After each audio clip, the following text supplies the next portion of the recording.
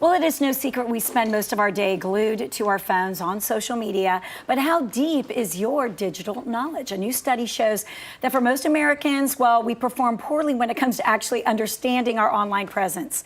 Right here.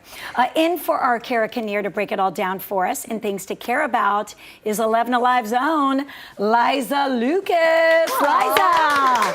Thanks for having me. So we got some bright, I know, we're popping. bold colors. Yes, we are. Popping on Monday. I know. Okay, so I'm sure in this study, I would rank as the lowest of the low in terms of my digital knowledge. Well, we're going to take you back because some of these things I felt like I've heard before, Okay. but we'll see how it goes. Okay, so this is a new report from the Pew Research Center, and it found that a majority of Americans performed poorly on a digital knowledge quiz, and they answered fewer than half correctly. Okay, then we should not be on social media or on our phones then. So we're going to break it down. Okay. We're going to test our knowledge a little bit and see how we do. Okay. Okay. She's quizzing me too. So here we go. Only 3 in 10 adults correctly answered that starting a URL with HTTPS means that the information entered on that site is encrypted.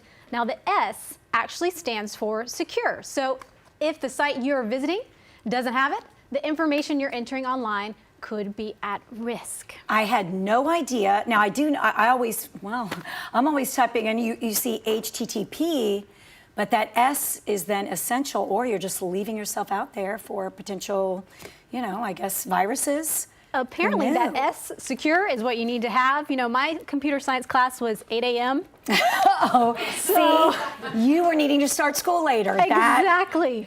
Feeds into what you were just talking about before, Yes. but there you go. So I blame that. Okay, moving on to the next one. 24% of Americans are aware that private browsing or incognito mode only hides online activity from other individuals using the same computer. It does not mean that the user's activities are not being captured by the websites, the internet provider, or an employer if browsing is being done on a work computer. So interesting. Private, not so private. Okay, well, my iPhone, the upgrade that it just did, I don't know. All you know what is breaking loose on my phone. I don't understand a lot of the things that are now happening. And one of them was it did ask me something about private browsing. And suddenly everything disappeared. And I'm really not that mysterious.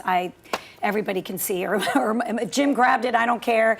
But yeah, they're definitely suddenly now it's on this distinction of the private browsing versus, I guess, being able to see all the cookies. But at the end of the day, if you're on your laptop, it's saying that if somebody wanted to know, they could still go back and see what your history was. They can still track that history, and I think the only safe way is the VPN, and that kind of scrambles things. But we're not going to go on that level. We're not going into that. No, we're not going to go on that level this morning. Okay, we're going to go to the next one. Keep it simple. Okay, Americans are apparently unaware that Facebook owns 2 other biggest social media sites in the world. Did you know? Think about this one. Just 29% knew that Mark Zuckerberg's company owns Instagram and WhatsApp. Facebook now working to make that information a little clearer. They've been all about the transparency lately. So now they've recently rebranded both Instagram and WhatsApp with disclaimers, adding that they are, quote, from Facebook. Interesting. I knew about Instagram. I don't think I knew about WhatsApp. Right. The Instagram connection, I think, has been pretty clear for a while now. I think so too. But transparency when it comes to Facebook. Absolutely. So yes. they're putting it forth. I think they learned their lesson the hard way. So just put it all out. We'll see. Exactly. Interesting. Okay. Okay. So we have some more news right here, and that is that only 28%, so less than a third, can identify an example of two-factor authentication. I feel like this is a big one these days. One of the most important ways experts say that you can protect your personal information or sensitive accounts. I know my Twitter feed now, my Facebook feed, I'm having to type in extra codes all the time. Me too. It's becoming a big thing. Yes, it sure is. But at least, remember back in the day, you were trying to store your password somewhere.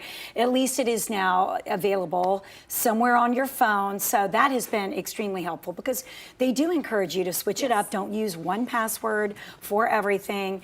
So thank God for that. What is it? Passwords and security and all that. But it's something. I would have failed that test, but me too. I'm again 8 a.m. computer science. That's where I lay the blame. Yes, Sorry. exactly. Well, let's talk about the fact that I didn't even have computer science. I had typing. There you go. Am I dating myself? Maybe just a tiny bit.